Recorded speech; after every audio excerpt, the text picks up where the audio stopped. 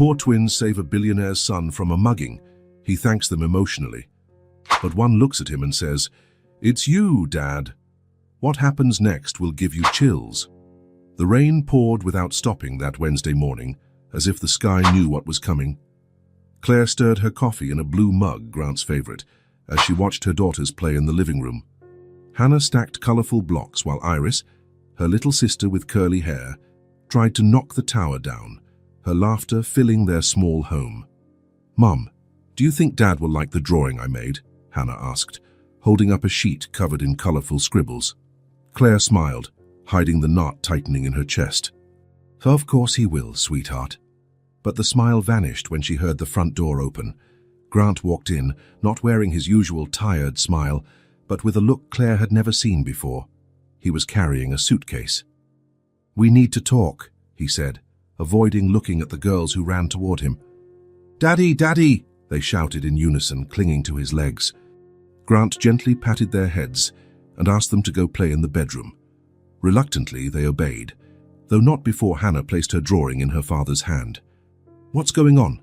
Claire asked, her voice firmer than she felt. "I'm leaving, Claire." 3 words, just 3 words to shatter everything. "What do you mean you're leaving? Where to?" "Why?" Grant set the drawing on the table as if it were too heavy to carry. "Things aren't working between us, you know that." The floor seemed to disappear beneath Claire's feet. Over the past few months, she had noticed the growing distance, the late nights as the work excuses, but she never imagined it would come to this. Not working. "We have 2 4-year-old daughters, Grant. 2 girls who adore you." From the bedroom came the girls' innocent laughter, unaware of the storm devastating their lives at that very moment. "I can't do this anymore, Claire. I need to live my own life." Claire felt her blood boil. "Your own life? And what about Hannah and Iris? Aren't they part of your life?" He averted his gaze. "I met someone else, Claire." The words hit her like a slap. Someone else. Vanessa, from the office. Claire knew Vanessa. Young, beautiful, no children, no responsibilities. "You're leaving us," was for her. "I'm starting over, Claire. No ties, no obligations. I need this chance." "And your daughters? Are they just ties to you?" Grant picked up his suitcase. "I've decided I'll stop by my mother's house to pick up a few things, then I'll go to her apartment." "Look at your daughters before you leave. Have the courage to look at them." He hesitated for a moment, then walked to the door. "It's better this way, no goodbyes. They're little. They'll forget in time." The door closed, and with it, a part of Claire's life. For a few minutes she stood frozen, staring into nothingness, until Iris's voice brought her back. "Mommy, where's Daddy?" He had to go away, sweetheart, for work. "He didn't see my tower. I made it really tall." Claire swallowed the lump in her throat and forced a smile. "Let's take a photo and send it to him later. How about that?" That night was the longest of Claire's life. The girls asked about their father several times before bed. She made excuses, saying he had traveled for work. When they finally fell asleep, Claire cried until she had no more tears. The next morning, the phone rang. It was the landlord. Grant hadn't paid rent for the last 3 months, and they were being evicted. Claire was given 1 week to move out. "How could you do this, Grant?" she whispered to the empty apartment as she began packing the few belongings they had. 7 days later, Claire and the girls were on the street. She called Grant's mother, who hung up as soon as she heard who it was. She called friends, who offered their couch for a few days. But you know how it is, we don't really have space for kids. She called her own mother, who lived out of state and could barely support herself. Then Claire saw the advertisement. "Housekeeper needed, can live in the church's back quarters." The church was small, set back from the town center. Pastor Martin, an elderly man with white hair and a kind smile, showed her the little room out back. It was cramped, with just 1 bathroom, a small kitchenette, and a space that would serve as both bedroom and living room. "It's not much, but it's clean, and there's a playground for the girls right next to it," he said, pointing to a small play area beside the church. "It's perfect," Claire said, holding back tears. "When can I start?" "Tomorrow, if that works. And don't worry about the girls while you work. My wife loves children." That night, in her new, modest home, Claire made the girls' beds, Mattresses on the floor, but clean, with colorful sheets she bought with the last of her money. "Mommy, is this an adventure?" Hannah asked, looking around. "Yes, my love, a big adventure." "And will Daddy come on the adventure too?" Iris asked, her eyes shining with hope. Claire swallowed hard. "No, sweetheart. Daddy is on a different adventure now." "But he'll come back, right?" Claire hugged her daughters tightly. "It's just us three now, my little ones, and we'll be okay, I promise." In the days that followed, Claire established a routine. She woke early, made the girls breakfast, then dropped them off with Mrs. Martha, the pastor's wife, before cleaning the church. In the afternoons, she cleaned houses in the neighborhood. At night, she played with the girls, read stories, and cried silently after they fell asleep. Claire tried calling Grant several times in the first few weeks. She wanted to tell him the girls asked about him. She wanted to say they needed help, but his number no longer worked. One afternoon, while cleaning the Tavares family's house, she saw an open magazine on the table. In the social section, a photo caught her eye. Grant and Vanessa, smiling at a company event. The caption read, "The couple of the moment celebrates Grant Barrett's promotion to regional director." The cleaning rag slipped from her hands. He was doing well, he was happy, while she and the girls struggled to survive. One day, while Claire helped the girls get dressed for kindergarten, Hannah asked, "Mom, why doesn't Daddy call?" Claire took a deep breath. "Sometimes people need time, sweetheart. He doesn't love us anymore." Claire's heart ached. How to explain to a 4-year-old that her own father had abandoned them? "Your daddy. He's living his own life now. But that doesn't mean you're not special." "And he's never coming back?" Iris asked, her big eyes filling with tears. Claire hugged her daughters tightly. "I don't know, my love, but what I do know is that the three of us have each other. And that's very important." As the months passed, Claire got a better job as a receptionist at a veterinary clinic, where she could bring the girls after school. Gradually, she built a new life for them. One day, Claire received a call that left her paralyzed. It was Grant's cousin. "Claire, I'm sorry to call out of the blue, but I thought you should know. Grant and Vanessa are expecting a baby. He announced it to the family yesterday." The phone slipped from her hand. A child. Grant was having a child with Vanessa, while he had abandoned the 2 daughters he already had. That night, tucking the girls into bed, Iris asked, "Moms, why don't we have a dad like other kids?" Claire sat on the edge of the makeshift bed. "Some families are different, my love. In some, there's a mom and a dad. In others, only a mom or only a dad. The important thing is that there is love." "And doesn't our daddy love us?" The question hit Claire like a punch. How to answer that? Love is complicated, sweetheart, but what matters is that I love you too more than anything in the world. And we'll be okay, together. While the girls slept, Claire looked out the small window of their room. The moon shone in the star-filled sky. There was so much to do, so much to overcome. But for the first time since Grant left, she felt a certainty grow inside her. They would be okay, not because he would come back, but because she would never leave. 4 years had passed since Grant abandoned his family. Hannah and Iris, now 8 years old, walked through the city's Central Park during Jefferson Elementary's Spring Festival. Their simple dresses, hand-me-downs from a neighbor, were carefully cleaned and ironed for the special occasion. Hannah wore a faded blue cardigan over her dress, while Iris had a colorful ribbon, her birthday gift from the year before, in her hair. The festival entrance had been free this year, much to Claire's relief, who couldn't have afforded tickets otherwise, even with the extra hours she worked at the diner. "Look, Hannah." "Helium balloons." Iris pointed to a vendor across the square, her eyes shining with longing. But both knew they couldn't ask. The $5 their mother had given them was meant for a snack later, not extras. "They're pretty," Hannah agreed, already pulling her sister away from temptation. "Let's check out the game booths." As they made their way around a quieter area of the park, Hannah noticed a small boy, around 4 or 5, standing alone near a bench.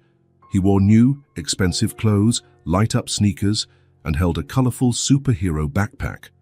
The contrast with their own worn clothes didn't escape Hannah, but what caught her attention was the boy's frightened look.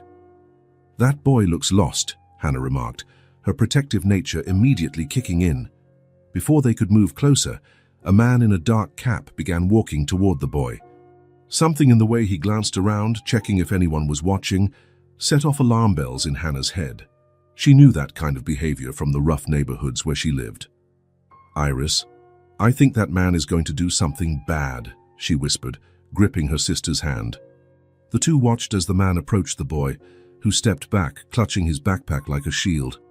"He's going to steal that boy's backpack," Hannah whispered, alarmed. Without hesitation, she grabbed Iris's hand and they ran across the square. As they neared, they heard the man say, "Come on, kid, give me that nice backpack.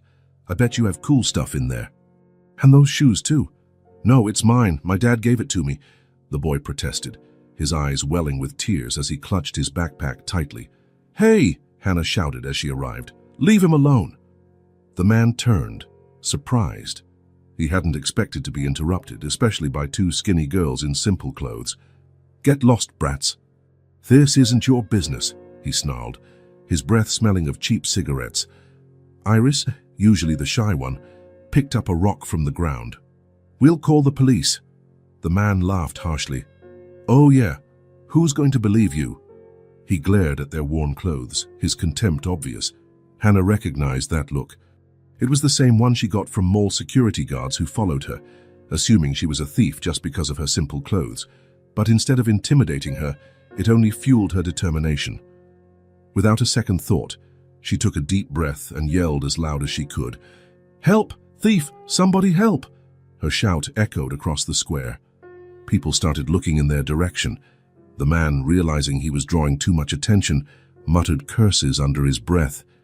"You little pests," he muttered before quickly backing away, disappearing among the trees. The boy trembled, clutching his backpack to his chest as if his life depended on it. His blue eyes, wide with fear, now looked at the girls with gratitude and admiration. "Are you okay?" Hannah asked, her voice softening. He nodded, sniffling. He wanted my new backpack. And my shoes." "It's okay now. He's gone," Iris said, stepping forward with a shy smile. "What's your name?" "Leo," he replied, seeming a bit calmer. "Leo Barrett." "Are you lost?" Hannah asked, noticing the boy looking anxiously around. Leo nodded, tears still fresh in his eyes. "My dad brought me to see the festival, but I saw a puppy and went to look, and then I couldn't find him." "Don't worry," Iris said kindly. "We'll help you find your dad." "What does he look like?" Hannah asked, scanning the area for any adult looking for a child.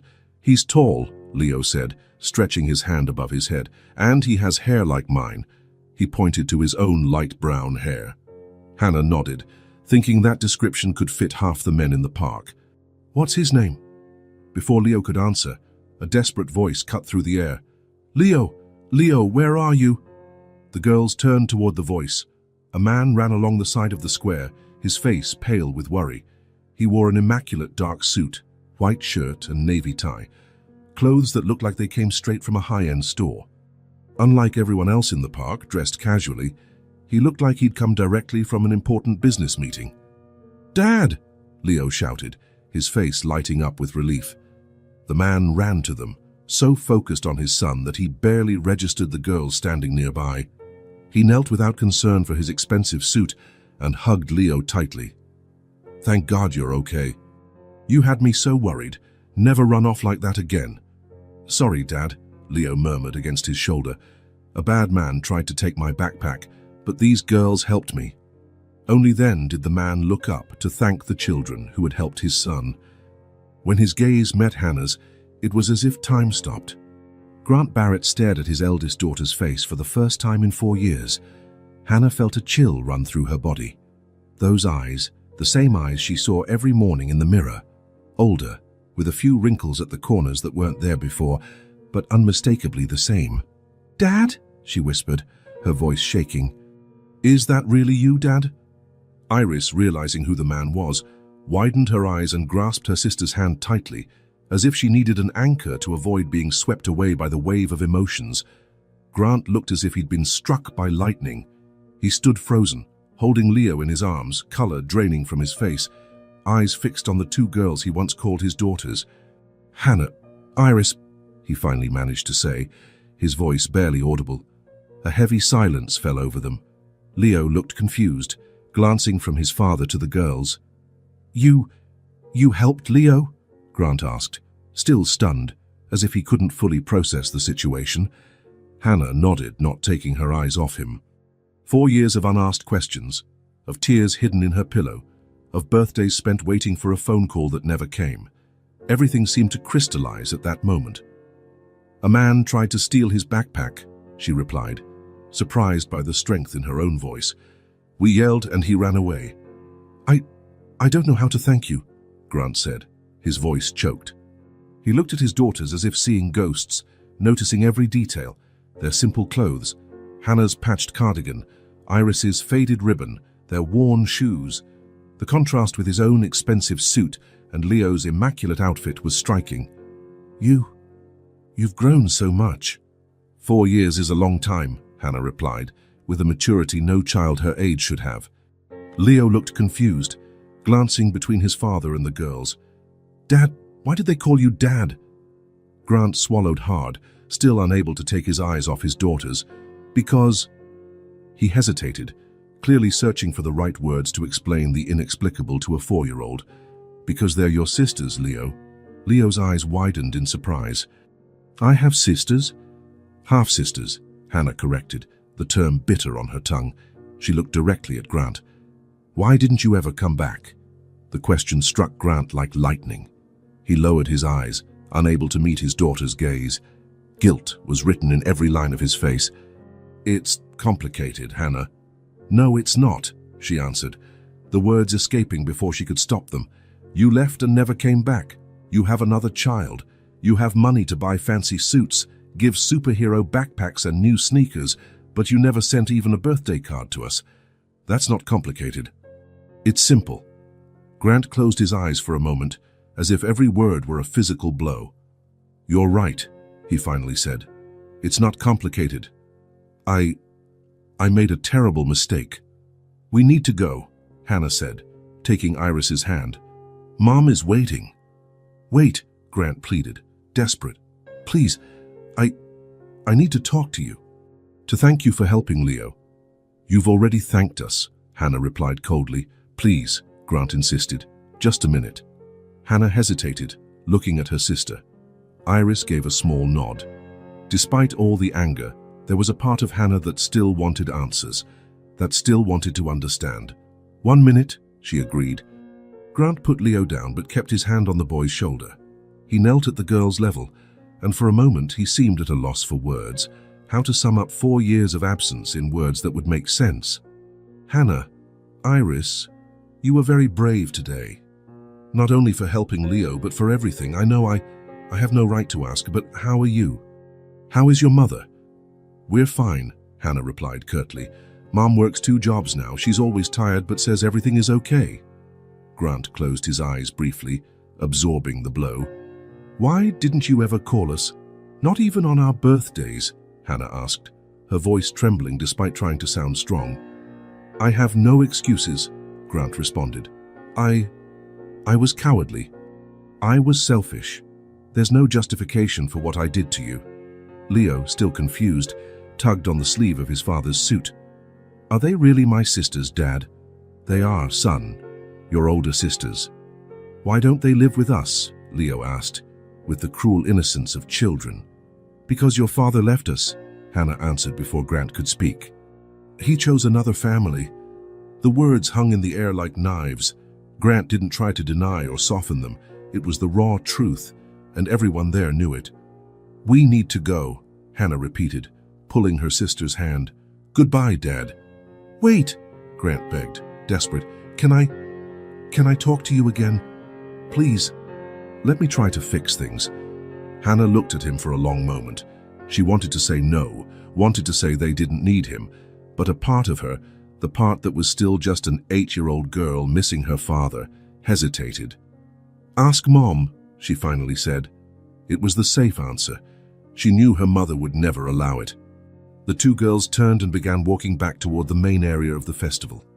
As they walked away, Hannah couldn't help but notice how the sun reflected on the expensive watch on Grant's wrist, how his suit looked perfectly tailored, how Leo held his superhero backpack that probably cost more than all the clothes Hannah and Iris owned together. "Hannah," Iris whispered as they walked, "was that really Dad?" "It was," Hannah replied, holding her sister's hand. "He looks different. He's rich now, Iris. He doesn't need us anymore." Iris was silent for a moment, taking in her sister's words. "The boy seemed nice." "Yeah," Hannah agreed, with a lump in her throat. "He did." Meanwhile, Grant stood frozen, watching his daughters walk away, two small figures hand in simple clothes and wounded dignity. "Dad, why did they call you Dad?" Leo asked again, his 4-year-old mind still trying to process the situation. Grant knelt down to be at eye level with his son. "Because before you were born, Leo, I was already their father. They are your sisters." "Why didn't you tell me?" Leo asked, surprised. Grant felt a lump in his throat. How to explain to a 4-year-old that he had abandoned 2 daughters? How to say he was a coward who ran from his responsibilities? Because sometimes adults make mistakes so big that they're ashamed to talk about them. "They don't have nice clothes like mine," Leo observed innocently. Grant felt as if he had been punched in the gut. The boy's simple observation highlighted the chasm between his children's lives.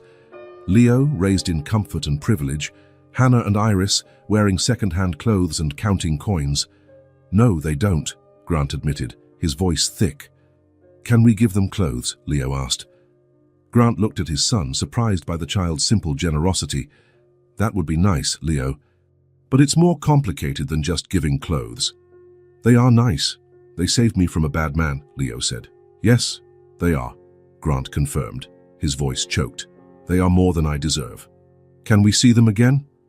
Grant looked toward the park, in the direction where his daughters had disappeared into the crowd. 2 small figures, hand in hand, in simple clothes and wounded dignity. "I hope so, son. I really hope so." As they walked back to the car, a late-model SUV parked in the park's reserved area, Grant couldn't stop thinking about the contrast. Leo's light-up shoes versus Hannah's worn shoes, Leo's new superhero backpack versus Hannah's patched cardigan, his own $4,000 suit versus Iris's simple hand-me-down dress. "Is that you, Dad?" Hannah's words echoed in his mind like an accusation. Yes, it was him. The man who had chosen a new life and abandoned the old one. The man who wore expensive suits but never sent a penny to his own daughters. The past he had tried to bury for 4 years had come back without warning, and now Grant knew nothing would ever be the same. The car pulled up silently in front of an old brick building that felt out of place in the neighborhood. Grant turned off the engine and sat still, looking at the worn concrete steps, the small windows with thin curtains, the chipped paint on the door. His fingers tapped nervously on the steering wheel. The address had been hard to find. He'd had to hire a private investigator, which made him feel even more guilty. In the passenger seat was a bag with children's books carefully chosen. He had spent hours in the bookstore trying to remember what Hannah and Iris liked. Would they still like the same things? 4 years was a long time, especially when children grow so fast. "You can do this," he muttered to himself, taking a deep breath. "You have to do this." The building had no intercom. Grant got out of the car, crossed the street, and climbed the worn steps to the 3rd floor. The stairwell smelled of mildew and cheap cleaning products. The hallway was narrow, with flickering fluorescent lights overhead. Apartment 3C. He stopped in front of the chipped wooden door with its crooked metal numbers. His heart pounded so loudly he could hear it in his ears. He raised his hand to knock, but hesitated. What if Claire wasn't home? And if she was? What if she didn't want to see him? What if the girls hated him completely? It didn't matter, he had to try. 3 soft knocks on the door. The sound seemed deafening in the silent hallway. For a moment, nothing happened. Then he heard movement inside the apartment, light footsteps. The door opened a few inches, held by the security chain. Claire stared at him through the gap, and for a moment, Grant saw the young woman he had fallen in love with years ago, but only for a moment. Her face looked thinner, with lines of fatigue around her eyes and mouth. Her hair, once always neat, was pulled back in a messy bun, strands escaping at the sides. She wore a diner uniform, as if she'd just come home from work. Her eyes widened in recognition, then narrowed. "What are you doing here?" she asked, her voice low and tense. Claire, he said, hating how his own voice sounded strange and formal. Can I talk to you, please? How did you find where we live? He hesitated. I hired someone to find out. Her expression hardened further. So you have money for that, but not for child support. The blow hit him hard. Grant swallowed. I deserve that. I deserve everything you want to say. Please, can we talk? Claire was silent for a few seconds, studying him. Finally, she closed the door, removed the chain, and reopened it fully. 5 minutes, she said, not moving to let him in. The girls are in their room. Grant nodded, grateful for at least that. I found Hannah and Iris at the park last week. They helped Leo when someone tried to rob him. I know, Claire said, folding her arms. They told me. I want to apologize, Claire, for what I did to you. To you all. Claire looked at him steadfastly, her eyes as hard as stone. You have no right to show up like this, she said, her voice trembling slightly with contained anger. You abandoned us, Grant. For 4 years. Without a word, without a penny, not even a birthday call for the girls. I know, he said, lowering his eyes. You know, do you really know? Her voice was cutting. Do you know what it's like to work 2 jobs and still barely pay rent? Do you know what it's like to see your daughters wearing charity clothes while you paraded around with your new child? Each word was like a knife. Grant knew he deserved all of it, and more. Claire, I was a coward, a horrible, selfish coward. There's no excuse for what I did.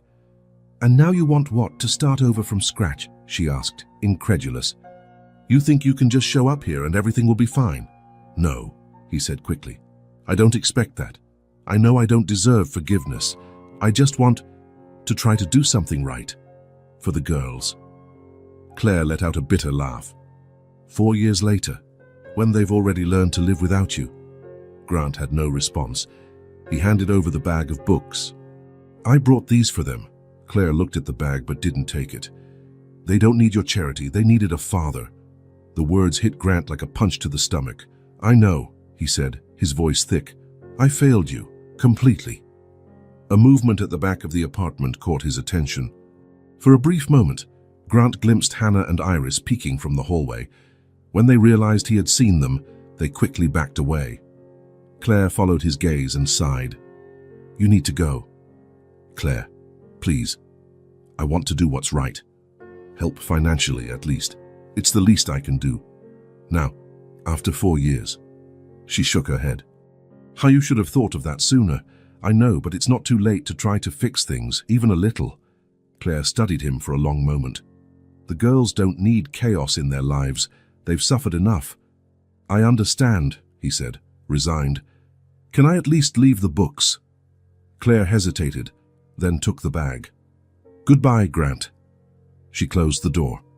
Grant stood still, looking at the scuffed wood, feeling the weight of his choices like never before. 3 days later, Grant returned. This time, he brought treats from the nicest bakery in town, elaborate cupcakes and colorful candies he knew the girls would love. Claire opened the door with the same hard expression, but didn't send him away immediately.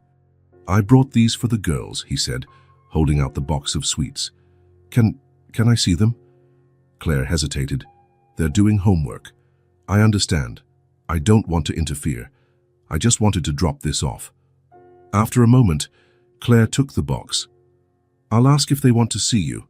I can't promise anything. Grant nodded, his heart racing.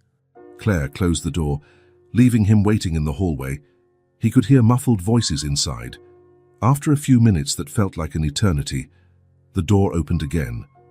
Iris stood there, partially hidden behind her mother, looking at him with curious eyes.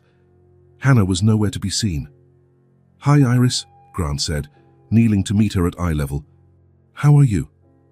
I'm good, she replied shyly. Thanks for the books. You're welcome. Did you like them? Iris nodded. I liked the one about the astronaut princess. Grant smiled, feeling a small victory. That's great. I brought some treats for you and Hannah. She didn't want to come, Iris said bluntly. She said she's busy. Claire placed a hand on her daughter's shoulder. 5 minutes, Iris, then you need to get back to your homework. Claire stepped back, letting her daughter talk to her father, but staying nearby, watching closely.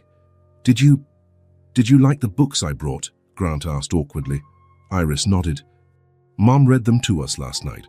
"That's wonderful," he said, smiling. "I remembered that you liked stories about brave princesses." "I still do," Iris said, relaxing a little, "but now I also like adventure stories and science." "Science? That's great, Iris." The conversation continued for a few minutes, with Iris gradually opening up more.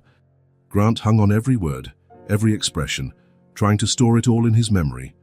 When Claire finally said time was up, he felt as if he had been given a precious gift. "Can I come back tomorrow?" he asked, looking at Claire. She hesitated, then nodded reluctantly. "If the girls want you to."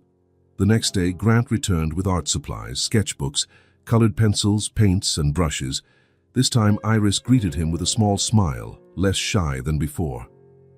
"Is Hannah home?" he asked, trying not to seem too eager. "She's in her room," Iris replied. "She doesn't want to come out." Claire, watching from the kitchen, sighed. "Give her time, Grant, don't push." He nodded, understanding. He spent the next hour drawing with Iris at the kitchen table, listening to her talk about school, friends, and her dreams of being both an astronaut and a veterinarian. Grant absorbed every detail, realizing how much he had missed. The next day, when he returned, Grant brought a board game. To his surprise, it was Hannah who opened the door. She didn't smile or speak, just stepped aside to let him in. It was progress, however small. "Hi, Hannah," he said, trying to steady his trembling voice. "How are you?" She shrugged, her face unreadable. "You brought a game." "Yes. I thought maybe we could play together if you'd like." Hannah looked at the box, then at him. "Okay." They sat in the small living room, with Iris quickly joining them, excited about the new game. Claire watched from the kitchen, arms crossed, her expression unreadable.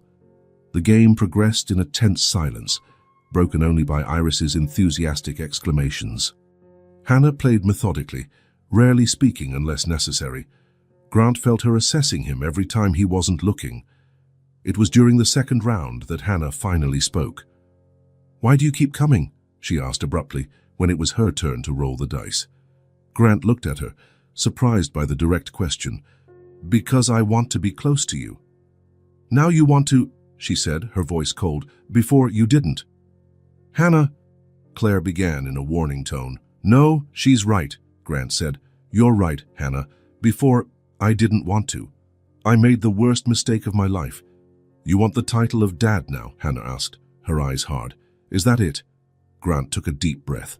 "No," he replied, surprising everyone, including himself. "I don't want the title of Dad. I don't deserve it." Hannah blinked, clearly not expecting that answer. "I want to earn that place if you let me," he continued. "I know I don't deserve it. I know I failed. But if you give me a chance, I want to try to do better.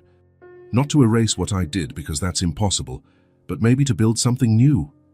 A heavy silence fell over the room. Iris looked from Grant to Hannah, her eyes wide. Claire watched everything from the kitchen, her face unreadable. "You have another child," Hannah finally said. "A new life." "Yes," Grant admitted, "and that makes what I did to you even worse. Because it shows I could be a father. I just chose not to be for you." The raw honesty of his response seemed to hit Hannah. She looked down, lips pressed together. "Leo asks about you," Grant said softly. "He would like to meet his sisters." "Half-sisters," Hannah automatically corrected. "Sisters," Grant insisted. "So you share the same father, no matter how terrible that father has been." Another silence followed. Finally, Hannah shrugged. "Whatever," she said, returning to the game, but she didn't leave the room. That was a start.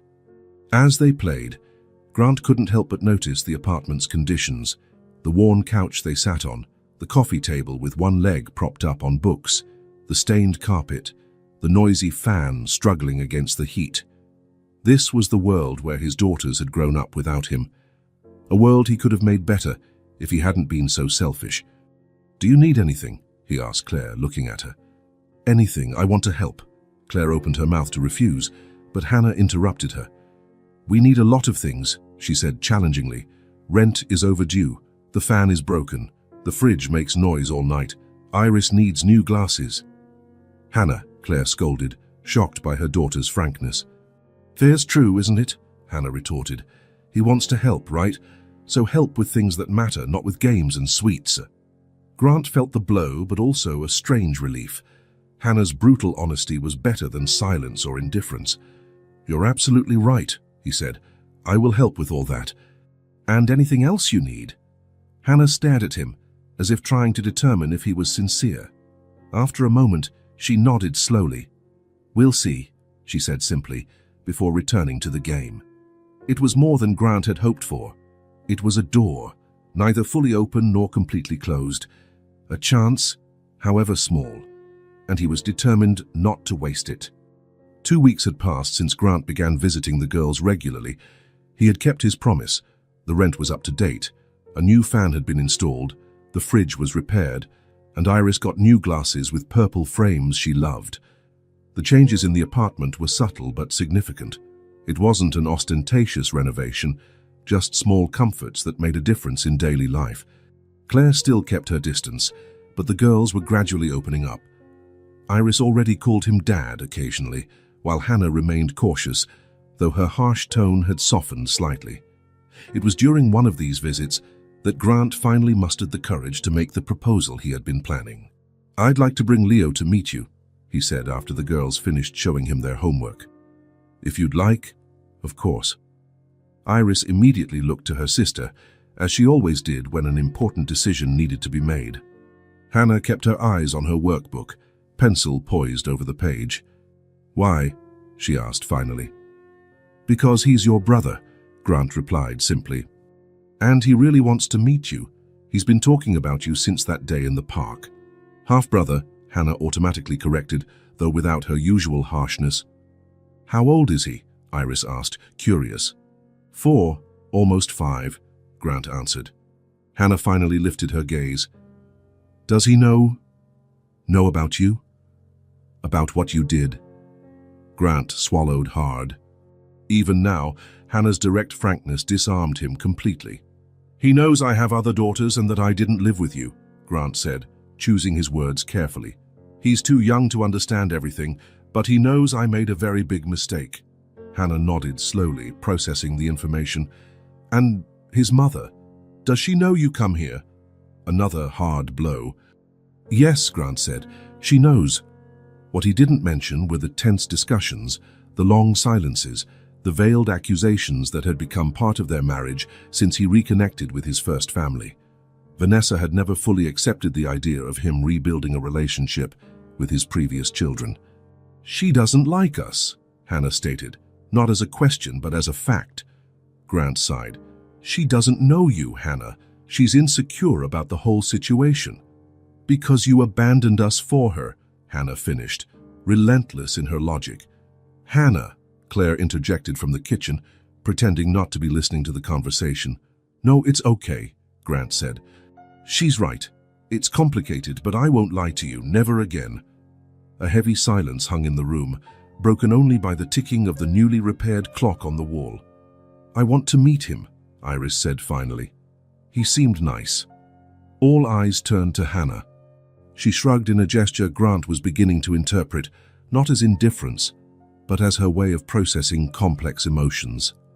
Whatever, she said, as she returned to her homework. He can come. Grant felt a wave of relief and gratitude. Thank you. How about Saturday? We could go to the park, maybe get ice cream afterward. Okay, Hannah replied, still not looking up.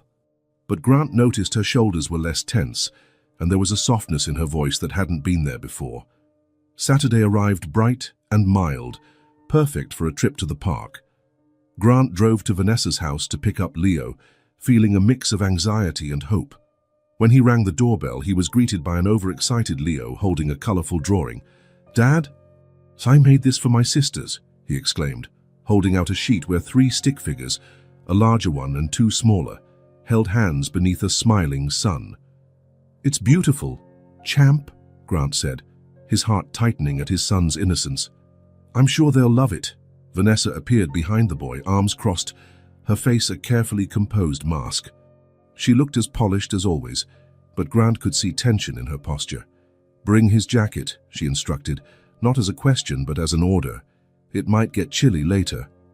"Of course," Grant agreed, grabbing the small blue jacket hanging by the door. "We won't be back late." "You said you'd take me to meet my sisters," Leo reminded him, tugging on his father's sleeve. Vanessa tensed visibly but maintained a forced smile. "Have fun, sweetie. Be good." "He always behaves," Grant said, trying to ease the tension. Vanessa only nodded before crouching to place a kiss on her son's forehead. "Mommy loves you," she said, as if she needed to remind him specifically today. "I love you too," Leo replied cheerfully, already tugging Grant toward the car. "Let's go, Dad. I want to see my sisters." During the drive, Leo didn't stop talking. He wanted to know everything about Hannah and Iris, their favorite colors, if they had pets, if they knew how to ride a bike. Grant answered as best he could, feeling sadness at how much he still didn't know about his own daughters. When they arrived at the building, Grant's hands were sweaty on the steering wheel. What if the girls didn't like Leo? What if Leo said something that hurt them in his 4-year-old innocence? What if all the fragile progress was lost in one afternoon? "Come on, Dad," Leo insisted, already trying to unbuckle his seatbelt. "Just a minute, champ," Grant said, turning to look Leo in the eyes. "Remember what we talked about? Your sisters might be a little shy at first." Leo nodded solemnly. "Because they don't know me yet. But they'll like me once they do, right?" Grant's heart clenched. "Of course they will. We just need to give them a bit of time, okay?" "Okay," Leo agreed, turning back to wrestle with his seatbelt. When they knocked on the apartment door, it was Claire who answered. Her gaze flicked briefly to Grant before resting on Leo. "Hello," she said, with a kindness that surprised Grant. "You must be Leo." Leo, suddenly shy, clung to his father's leg and nodded. "These are my sisters," he whispered, looking at the empty apartment behind Claire. "They're getting ready," Claire explained, opening the door wider. "Come in." Grant gently placed his hand on Leo's back and guided him inside. The apartment looked different today, cleaner, more organized, with a simple bouquet of flowers on the kitchen table. Claire had made an effort, Grant realized, feeling a surge of gratitude. "Hannah, Iris, they're here," Claire called out. There was a moment of silence, followed by the sound of a door opening. Hannah appeared first. Wearing jeans and a blue t-shirt, Grant recognized as one of the new clothes he had bought the previous week. Her hair was neatly styled, and she looked nervous, though she tried to hide it. Iris emerged right behind her in a simple yellow dress and her new purple glasses. Unlike her sister, she didn't try to hide her anxiety, fidgeting with her hands in front of her. For a moment, the three children just stared at each other, taking each other in. Then Leo mustered all his 4-year-old courage, took a step forward, and held out the drawing. "I made this for you," he said, his small voice determined. "It's us three." Iris was the first to step forward, adjusting her glasses to see the drawing better. "It's so pretty," she exclaimed genuinely. "You draw really well." Leo's face lit up at the praise. "Really?" "I practiced a lot." Hannah approached more slowly but looked at the drawing too. "Thank you," she said, her voice less certain than usual. "It's nice." "I have lots of toys in the car," Leo announced, now more confident. "Dad said I could bring them to play." Grant noticed the slight tension on Hannah's face when Leo called him Dad so naturally, but she recovered quickly. "Let's go to the park," Grant suggested. "It's a beautiful day out." Claire, watching the scene with an unreadable expression, nodded. "Good idea. Girls, grab your jackets." "I brought my jacket too," Leo proudly announced, showing the blue coat Grant was carrying. The walk to the nearby park was initially silent and awkward. Leo held tightly to Grant's hand, while Hannah and Iris walked a few steps ahead. Occasionally, Leo ran ahead to show his sisters something, an interesting leaf, a shiny rock, a snail on the path. It was when they reached the park that something began to change. There was a small playground with swings, slides, and a sandbox. Leo immediately perked up.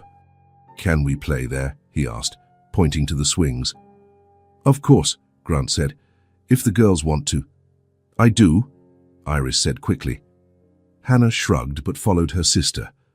Grant sat on a nearby bench, watching as the three children headed toward the swings. Leo, too small to climb on by himself, looked at his older sisters expectantly. "Do you need help?" Hannah asked, surprising everyone, including herself. Leo nodded eagerly. Hannah hesitated for a moment, then stepped forward and lifted him onto the swing. "Hold on tight to the chains," she instructed, "like this." "Can you push me?" Leo asked, his eyes shining with excitement. Hannah glanced at Grant, then back at Leo. "Okay," she agreed, positioning herself behind the swing. "Hold on tight." She began to push him gently, and Leo's laughter soon filled the air. "Higher," he asked. "Higher, Hannah." It was the first time he used her name, and Grant noticed how Hannah's face softened when she heard it. She pushed a little harder, making Leo squeal with delight. Iris soon joined, swinging on the swing beside him and trying to go as high as her little legs allowed. "Look, Leo, I'm higher than you." "No, you're not," he protested, laughing. "Hannah, push me higher than Iris." "You two will fall if you go any higher," Hannah warned, but there was a smile forming at the corner of her mouth. Grant watched in awe. Something was happening, something he hadn't dared hope for so soon. A natural connection, as if the children recognized something familiar in one another, beyond the blood they shared. After the swings, Leo wanted to show how fast he could go down the slide like a big kid. Hannah and Iris stood ready at the bottom to catch him if needed, but he slid down on his own, shouting with joy. See how fast I am?" he asked, running back to the slide ladder after his fifth time. "Super fast," Iris confirmed, adjusting her glasses. "Like a rocket." "Do you want to see my toys now?" Leo asked, after climbing down once more. The girls agreed, and Grant walked over with the bag of toys he had brought from the car. Leo immediately began pulling out toy cars, action figures, and small plastic animals, arranging them on the grass. "This is Rex," he introduced, showing a green dinosaur. "He's the strongest of them all. And this is Captain Blue. He can fly and shoot laser beams from his eyes." Iris joined him on the ground, examining the toys with genuine interest. After a moment's hesitation, Hannah also sat down, though keeping a slight distance. "What does this one do?" she asked, pointing to a small robot. Leo's face lit up at the question. "That's Robo-Rex. He can turn into a car and also a plane. Watch." He demonstrated the transformation, and soon they were all involved in an elaborate story about robots and dinosaurs saving a city from evil aliens. Iris crafted dramatic dialogue, Leo made sound effects, and to Grant's surprise, Hannah took charge of the story, creating twists and clever solutions. "And then Robo-Rex uses his special powers to build a bridge so the citizens can escape," she narrated, moving the toy through the air. "Pow, pow, laser eyes!" Leo exclaimed, making Captain Blue fly around Hannah's head. Iris laughed so hard her glasses slipped down her nose. "The aliens are coming. We need the special shield." The story continued, evolving and transforming, the three siblings perfectly in sync in their shared imagination. It was as if they had been playing together their entire lives, instead of just having met. Grant watched from a few feet away, feeling his heart so full it might burst. It was everything he had hoped for and more, the children connecting, finding the universal language of play to overcome the barriers erected by adult mistakes. As the afternoon wore on, Grant suggested ice cream, and the three children eagerly agreed. On the way to the ice cream truck, Leo held Iris's hand naturally, chattering about his favorite flavors. Hannah walked beside them, more reserved but with a gentle smile Grant rarely saw. "They're getting along," he commented, when he caught a moment alone with his eldest daughter. Hannah looked at Leo and Iris in front of them. "He's nice," she admitted. "It's not his fault what happened." Grant felt the weight of her words.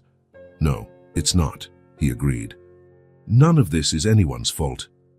At the ice cream truck, they sat at a colorful table by the window. Leo, with his face already smeared with chocolate, excitedly recounted stories about his school and friends. Iris listened attentively, asking questions. Even Hannah seemed interested, gently correcting him when he said the wrong word. It was at that moment, watching the three, Hannah wiping a bit of ice cream from Leo's chin with a napkin, Iris showing how to make a pool of syrup on top of her scoop, Leo absorbing every word and gesture from his sisters, that Grant felt tears form in his eyes. He held them back, not wanting the children to notice, but the lump in his throat was impossible to swallow. Here was what could have been, what should have been, his 3 children together, connected, loving each other. The family he had shattered with his selfish choices was now showing signs of healing, not because of him, but despite him. On the way back, the excitement finally exhausted Leo and he fell asleep in the car. Hannah and Iris said goodbye to him with affection, promising to play again soon. "Can he come back next Saturday?" Iris asked when they got to the apartment. "If you want," Grant replied, looking to Hannah for confirmation. To his surprise, Hannah spoke first. "He can bring Roborex again. We didn't finish our story." Grant felt his heart expand with hope. He'll love that. When the girls entered the apartment, Iris turned and, on impulse, ran back to plant a quick kiss on Grant's cheek. "Thanks for the ice cream, Dad," she said, before disappearing inside. Grant stood frozen for a moment, touching the spot where she kissed him, as if it was something precious and fragile. When he looked at the car, he saw Leo still asleep in the back seat, his face relaxed and happy, smeared with chocolate. The tears he had held back finally escaped, quiet and abundant. When Grant arrived home with Leo, Vanessa was waiting in the living room, flipping through a magazine with a casual air. She looked up as they walked in, immediately assessing her son's state. His face still showing traces of ice cream despite Grant's efforts to clean him up, his clothes slightly stained with grass and sand. "Looks like someone had fun," she commented, her tone carefully neutral. "Mom," Leo exclaimed, running to her. "I met my sisters. They are super nice. Hannah is so smart and Iris has purple glasses, and they loved my drawing, and we played with aliens and dinosaurs and had ice cream and—" "Breathe, sweetie," Vanessa interrupted, smiling tightly as she smoothed her son's messy hair. "Sounds like you had a big day." "Best day ever," Leo declared emphatically. "Can I see them again next Saturday?" "I promised to bring Roborex because we didn't finish our story and—" "We'll see," Vanessa cut in. "Right now, how about a bath? You're covered in, well, park." "I'll help," Grant offered quickly. "That's not necessary," Vanessa replied, already guiding Leo toward the stairs. "Take these toys upstairs, please." Grant nodded, picking up the bag of toys Leo had dropped at the entrance. As he climbed the stairs, he could hear his son's animated voice recounting every detail of the afternoon to his mother. Later, after Leo finally fell asleep, still talking about his sisters until the very last moment, Grant found Vanessa in the kitchen, holding a glass of red wine, her face a mask of studied calm. "He had fun," she said without looking at Grant. "We all had fun," he replied, keeping his voice low. "The girls loved him." Vanessa took a long sip of wine before finally looking at her husband. "He hasn't stopped talking about them. Not for a minute." Grant didn't know what to say, so he just nodded. "Will this continue? These meetings?" "If the children want to, yes," Grant replied, trying to keep his voice gentle but steady. "They're siblings, Vanessa." She put the glass down on the table harder than necessary, almost spilling the wine. "You chose me." The accusation caught him off guard. "What?" "No, never." "No? For the past weeks you've barely been home. You're always there with them." "I'm trying to fix what I broke," Grant explained, suddenly exhausted. "I'm not choosing anyone. I just want all my children to be part of my life. And us, what about us? You are my family too," he said, frustrated. "Why does it have to be one or the other?" Vanessa let out a bitter laugh. "Because that's what you chose 4 years ago, wasn't it? One or the other?" The words hit Grant like a punch. She was right, of course. He had made exactly that choice, abandoning Claire and the girls to be with Vanessa. "I was wrong," he said after a long silence. "Terribly wrong. And I spent 4 years pretending I wasn't. I can't do that anymore." "Then is that it?" she asked, eyes shining with tears of anger. "You're going to abandon us now, is it our turn?" "No, it's not like that," Grant protested. "Why can't you understand I don't want to abandon anyone?" Vanessa stood, leaving her half-full glass on the table. "If this continues, if you stay divided like this, I will leave. I will take Leo and start over. I'm not going to wait for you to decide which family you prefer." She left the kitchen before Grant could respond, leaving him alone with the ultimatum hanging in the air like a storm cloud. Grant sank into a chair, running his hands over his face. The joy he had felt a few hours earlier, seeing his 3 children playing together, was now stained by fear. He couldn't lose Leo, but he also wouldn't abandon Hannah and Iris again. Vanessa's question echoed in his mind. What will happen when you get tired of this too? It was a legitimate fear, Grant realized, based on his own past actions. He had proven he was the kind of man who abandoned one family for something new, something easier. How could he blame her for fearing he would do it again? But he had changed, or was changing. The man who had felt his heart overflow watching his 3 children together was not the same man who had abandoned 2 little girls 4 years ago. At least, he hoped he wasn't. The house was silent in a way Grant had never experienced before. It wasn't just the absence of sound, it was the absence of life. The absence of Leo running through the halls, his little feet making that distinctive sound on the wooden floor. The absence of laughter, scattered toys, colorful drawings on the refrigerator. Grant walked slowly through his son's room, brushing his fingers over the furniture, as if he could capture some trace of the boy's presence. The bed was neatly made, not by Vanessa before leaving, but by Grant himself, in a pathetic attempt to maintain some order in his crumbling world.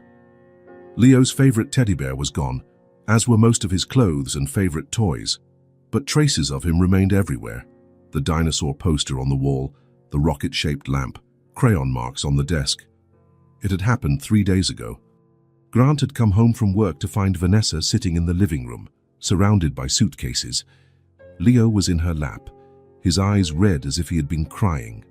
"What's going on?" he asked, though he already knew the answer.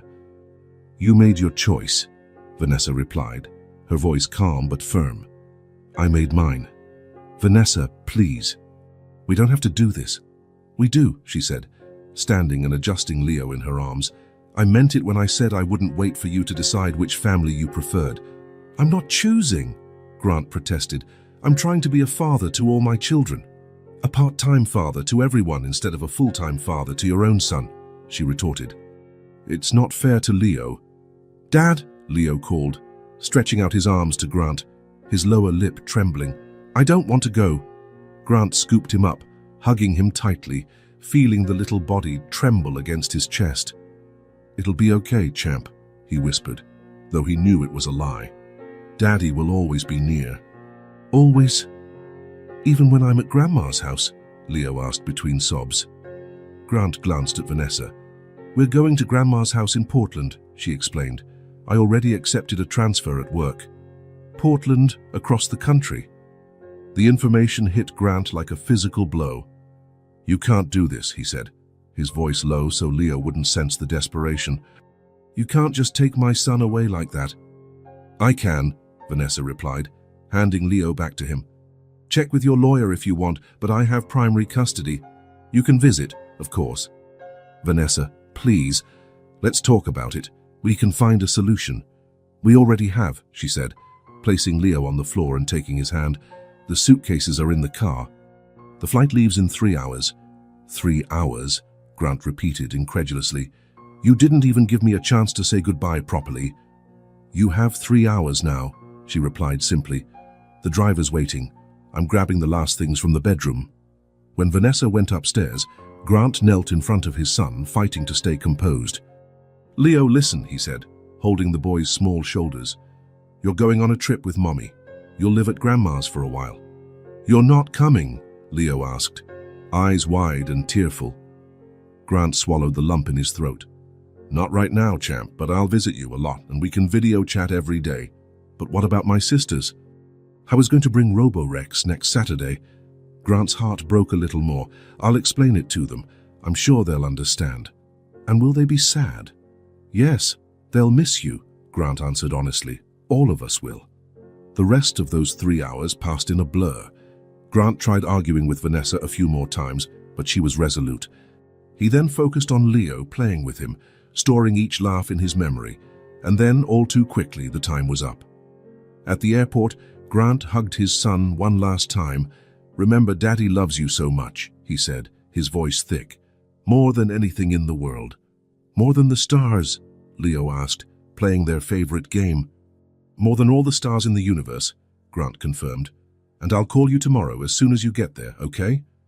Leo nodded, rubbing his eyes. "Promise you'll visit soon." "I promise," Grant said, knowing he would move heaven and earth to keep that promise. And then they were gone. Vanessa leading Leo through the departure gates, the boy looking back one last time, waving. Grant stood, waving back until he could no longer see them. Now, 3 days later, the house still felt like a mausoleum. Grant had slept poorly, eaten little, and spent most of his time talking to lawyers. The news was not good. As Vanessa had said, she had primary custody. He could fight, but it would be difficult. His phone rang, pulling him from dark thoughts. It was Iris.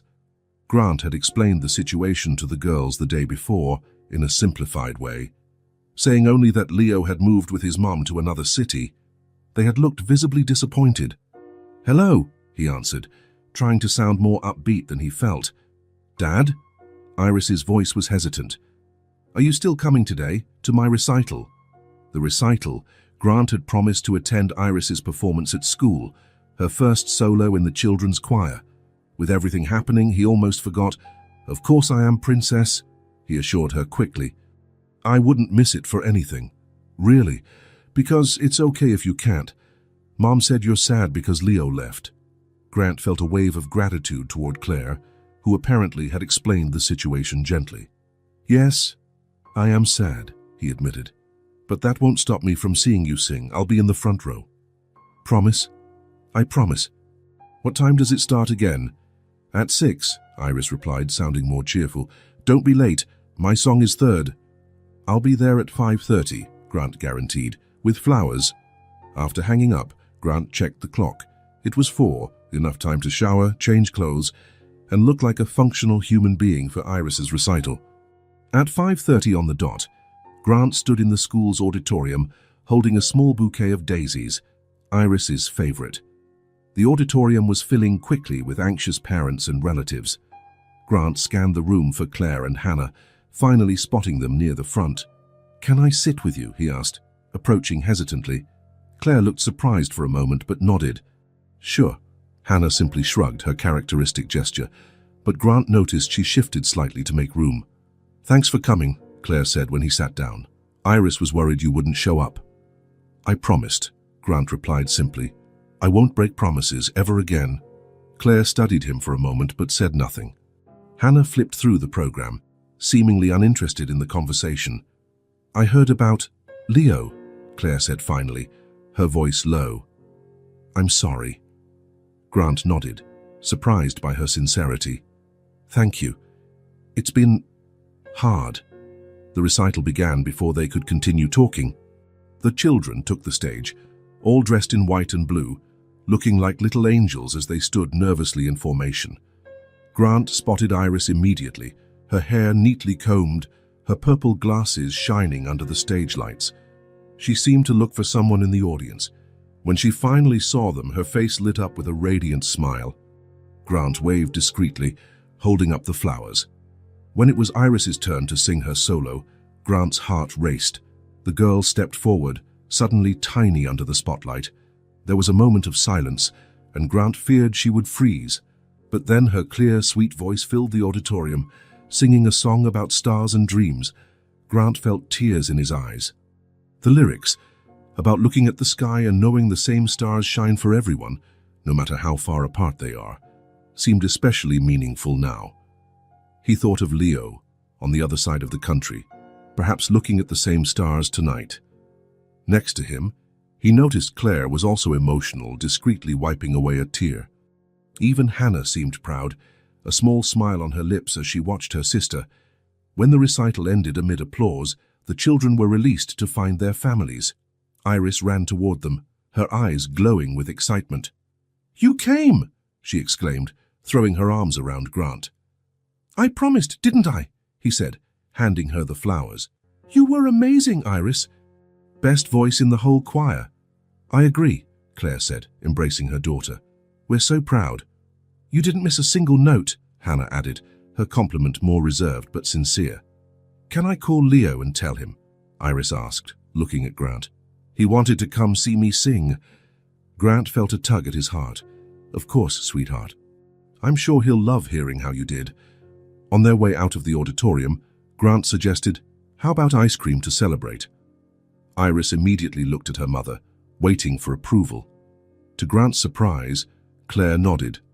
"I think our star deserves a celebration." The ice cream shop near the school was crowded with other families had the same idea, but they found a table in the corner.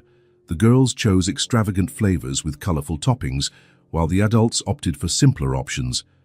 As Iris enthusiastically recounted behind-the-scenes details of the recital, and Hannah corrected some minor point, Grant watched the three of them. There was an ease among them, a bond forged by years of mutual trust. Claire was an amazing mother. She always had been. She had raised two extraordinary girls practically on her own, and Grant felt both pride and shame because of that. When the girls went to look more closely at the topping display, Grant seized the moment to talk privately with Claire. "Thank you for letting me be part of this," he said. "It means so much." Claire studied him for a moment. "You seem different," she observed. "Different how?" "I don't know how to explain it. More present, maybe." Grant nodded slowly. "I think I am. I understand better now what matters." Claire hesitated, stirring her melting ice cream. "Will you stop now?" she asked quietly, so the girls wouldn't hear. "Now that Leo is gone?" The question caught him off guard, though it shouldn't have. It was a legitimate concern. He had shown himself to be the kind of man who gives up when things get hard. "No," he replied firmly, "because now I know what losing a child means." Claire met his gaze. There was something new in her eyes.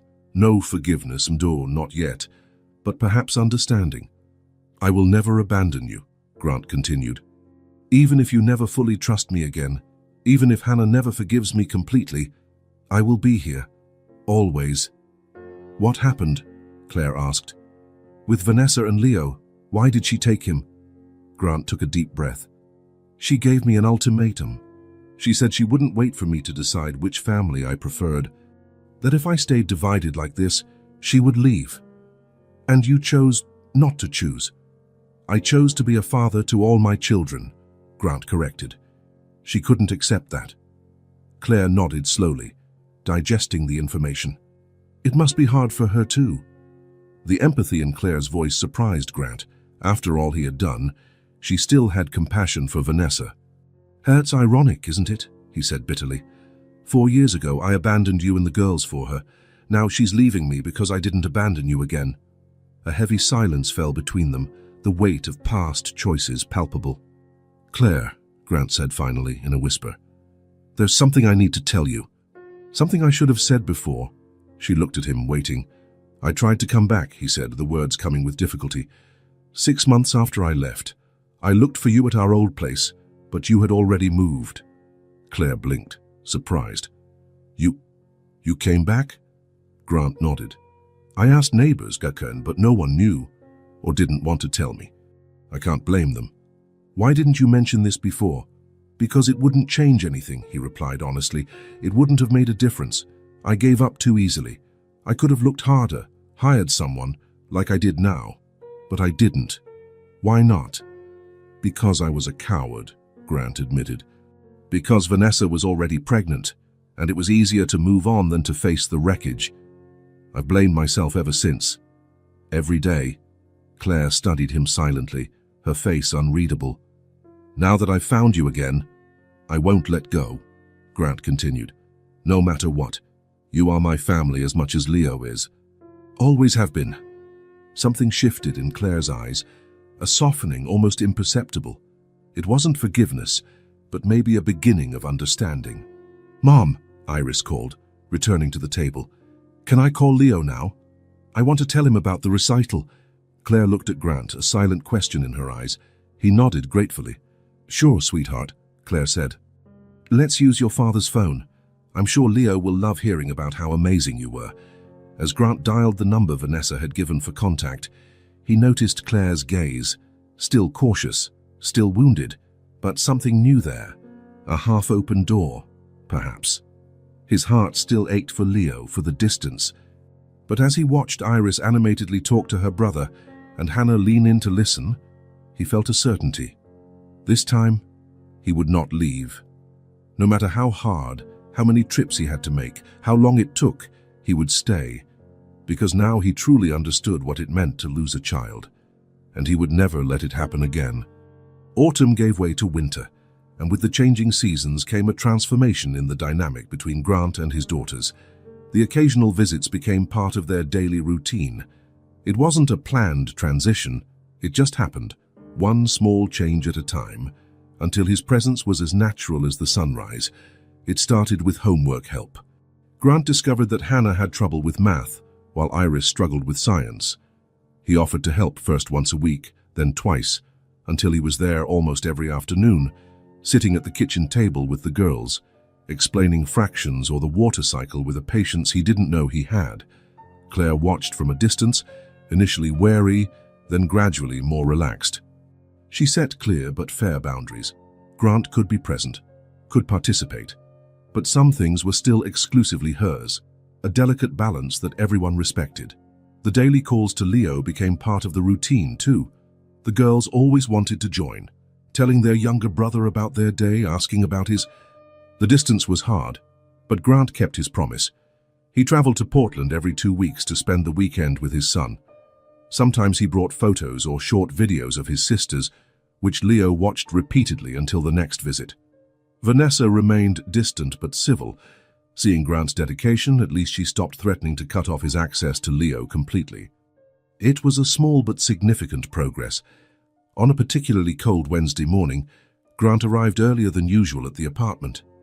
He had promised to make breakfast for the girls. A small tradition started in the past weeks. Claire had a morning shift at the diner and was grateful for the help. "Good morning," he greeted as he entered, shaking off some snowflakes from his coat. "Right on time," Claire replied, already dressed for work. "They're still getting ready. Iris can't find her purple sock."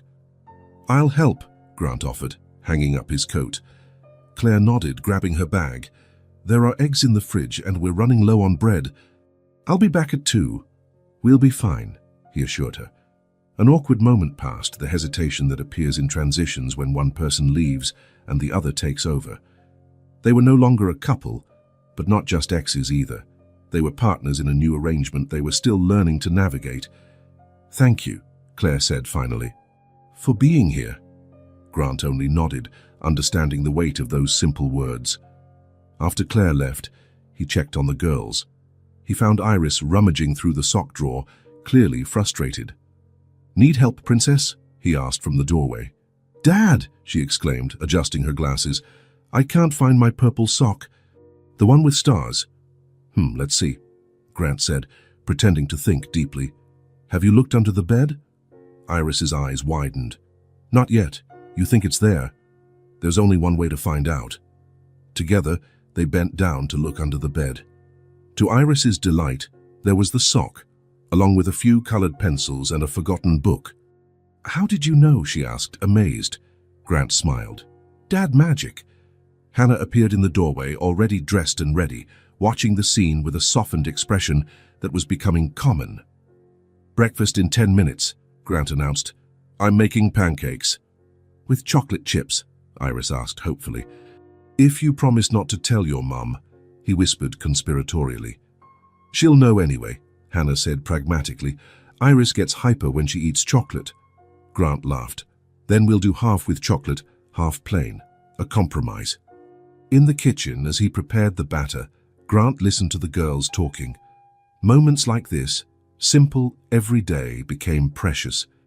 Every fragment of normalcy was a treasure. The pancakes were a hit.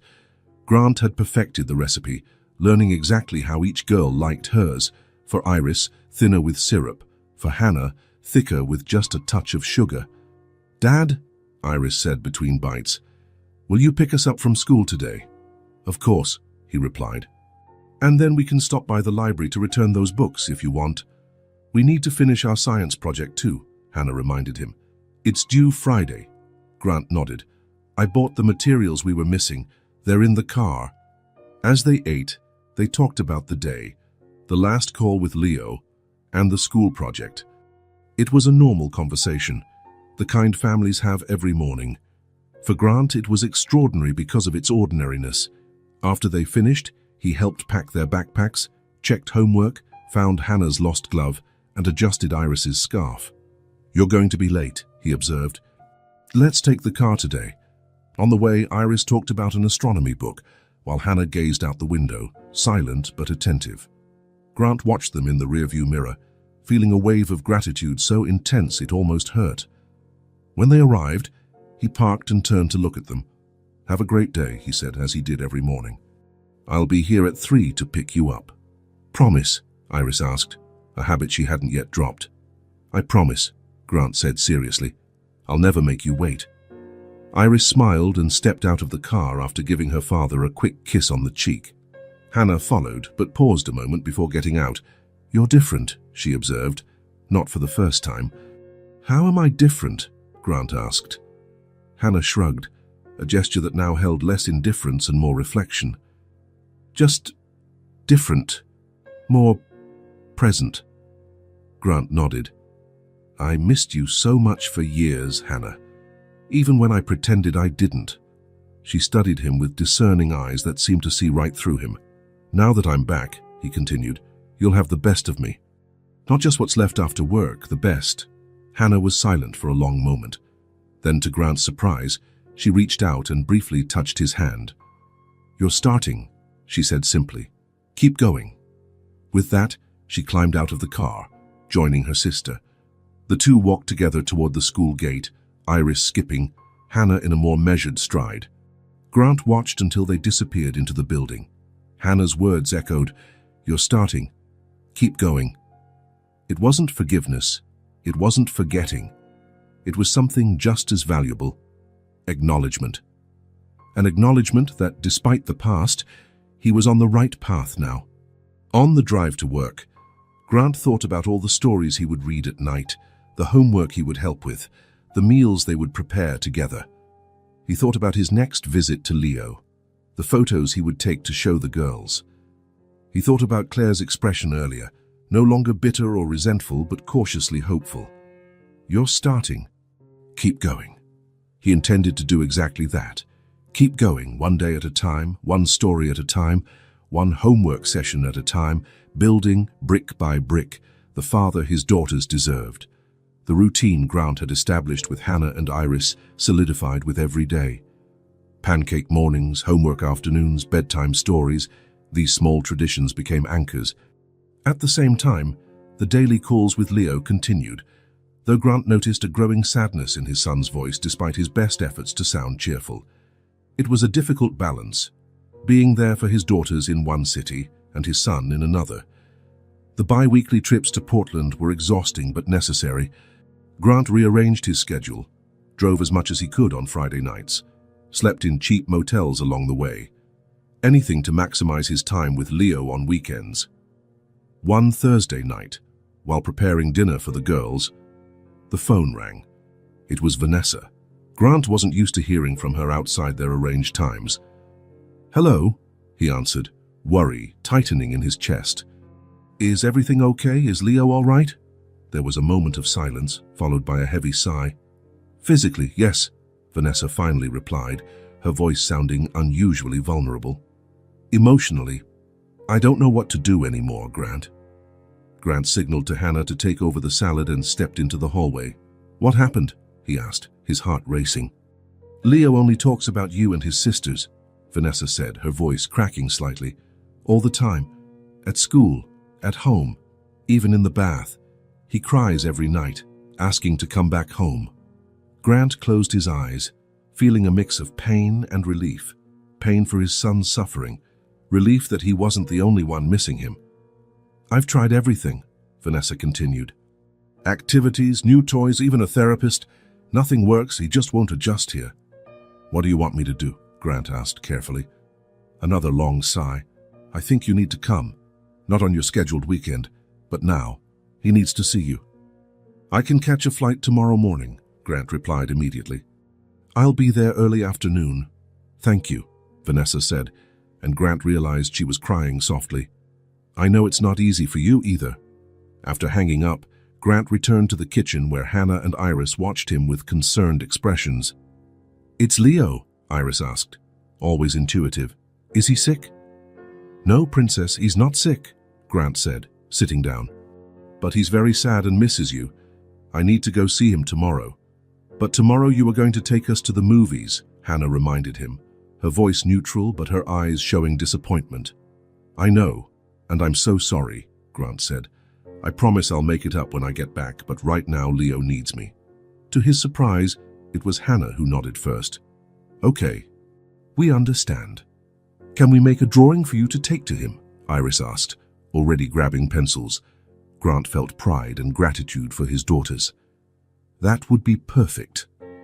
Later that night, after the girls went to bed, Grant explained the situation to Claire. To his relief, she was understanding. Go, she said simply. He needs you. Thank you, Grant replied. I'll try to be back Sunday night. Claire studied him for a moment. It's not easy, is it, being a father in 2 cities? No, he admitted, but it's what I have to do. She nodded, newfound understanding in her eyes. The girls will be fine. Go take care of your son. The flight to Portland the next day felt endless. Grant could barely work on his laptop. In his bag, he carried the drawings made by Hannah and Iris, a little bridge between siblings. When he finally arrived at Vanessa's mother's house, a well-kept old home in a Portland suburb, his heart pounded. Vanessa greeted him, looking tired but relieved. He doesn't know you're coming, she explained as she led him inside. I thought it would be a surprise. Where is he? Grant asked, anxious. In the backyard, playing. Grant followed Vanessa to the back deck.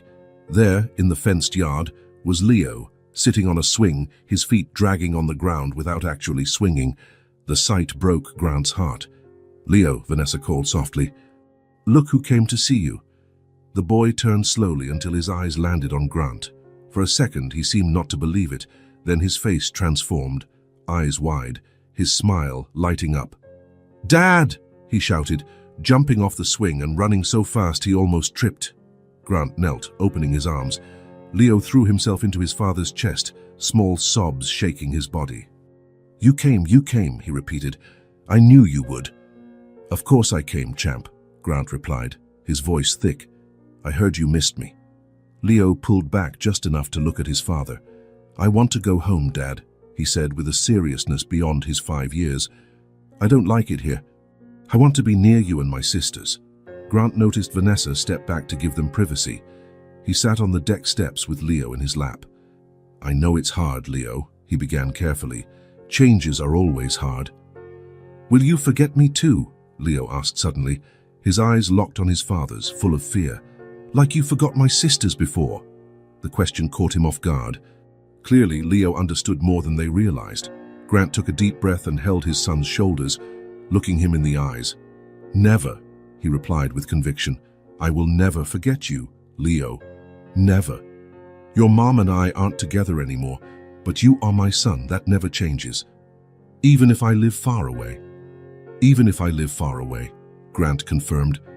Look, I know it's hard to understand now, but sometimes adults have to live in different places. It doesn't change how much I love you. But I want to live near you, Leo insisted, tears starting again, and near my sisters. I know, champ, Grant said, holding him tight. And we'll find a way to be closer, I promise.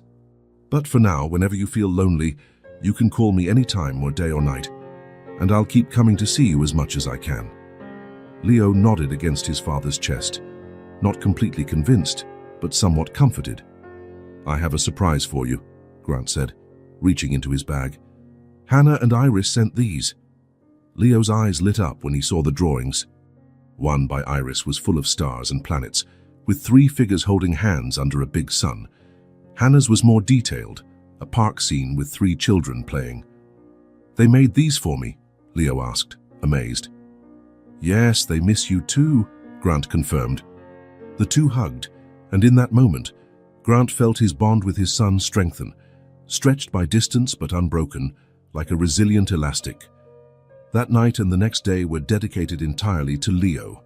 Grant read stories, built blanket forts, played video games, anything to see his son smile. Vanessa kept her distance, but Grant saw worry in her eyes as she watched their interactions. On Saturday night, after Leo finally fell asleep exhausted, Vanessa invited Grant to talk on the porch. "He seems like a different kid when you're around," she remarked, pouring 2 glasses of wine. "Kids are resilient," Grant replied. "He'll adapt eventually." Vanessa took a sip of wine before speaking. "I don't think he will." Grant looked at her, surprised. "What do you mean?" "I think we made a mistake," she said quietly. "I made a mistake bringing him so far from you. It's not working." "What do you suggest then?" She exhaled deeply. "I'm thinking of moving back. Not to the same house, of course, but back to the same city, so he can be near you and his sisters." Grant stood momentarily speechless, stunned. "That would be better for him," Vanessa continued. "And in the end, that's what matters, right?"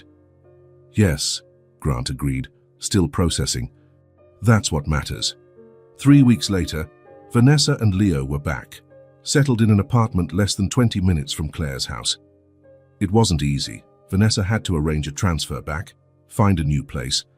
But Leo's behavior changed immediately and dramatically. Grant could now set a new routine. Mondays, Wednesdays, and Fridays with Hannah and Iris. Tuesdays, Thursdays, and alternating Saturdays with Leo. Sundays became the day when all of them could be together. It was on one of those Sundays, a sunny spring day, that Grant gathered his 3 children for a special outing. They started in the park, where Leo proudly showed his sisters how he could ride a bike without training wheels, a new skill he had practiced with Grant over the previous weeks. "Look, Hannah, look, Iris!" he shouted, pedaling in ever wider circles. "I'm as fast as a rocket." "Great job, Leo," Iris encouraged energetically. Even Hannah seemed genuinely impressed. "You learned quickly," she commented. Soon the girls jumped on their own bikes, gifts from Grant the month before, and the 3 of them raced along the paved trails, Hannah in front, Leo in the middle, and Iris behind. Grant jogged alongside them, marveling at the sight of his 3 kids together, laughing and calling out to each other. After biking, they went for ice cream, a Sunday tradition. Each had their favorite flavor: chocolate for Leo, strawberry for Iris, and vanilla with caramel drizzle for Hannah. At the ice cream shop, Grant noticed a familiar figure watching through the window. Claire stood outside as if passing by, but her eyes were fixed on the children. There was something different in her gaze, a softness, an acceptance that hadn't been there before. Grant gestured for her to join them, and to his surprise, she came inside. "Mom," Iris exclaimed gleefully, "want some ice cream too?" "No, thank you, sweetie," Claire replied, sitting at the edge of the table. "I just wanted to see how you all were." "We're having the best day," Leo declared, his face covered in chocolate. "I rode my bike and now we're having ice cream." Claire smiled, a genuine smile that lit up her face. "I can see that." As the children chatted happily, Claire and Grant exchanged a look. "They're happy," she said softly. Grant nodded, feeling a deep sense of gratitude. "And so am I. I'll never fail them again." It was a promise, to Claire and to himself, a promise he intended to keep for the rest of his life. When they finished their ice cream, the children ran outside, eager to continue their adventures for the day. On the walk back to the car, Grant watched as Hannah instinctively held Leo's hand to cross the street, while Iris clung happily to his arm, chattering about where they should go next. Claire walked a bit behind, watching the 4 of them. For a moment, Grant feared seeing pain or regret in her eyes. Instead, he saw something that looked very much like peace. The family they were now was not conventional. It was patched together, stitched from broken pieces, united by new and better choices. It wasn't perfect. There were scars, visible seams, but it was whole. And for Grant, that was all that mattered. Because in the end, it's not about where the story began, but about how we choose to keep writing it. If this story touched your heart, subscribe to the channel and turn on notifications so you don't miss the next ones. Leave a like because it helps this story get recommended to more people. See you in the next story.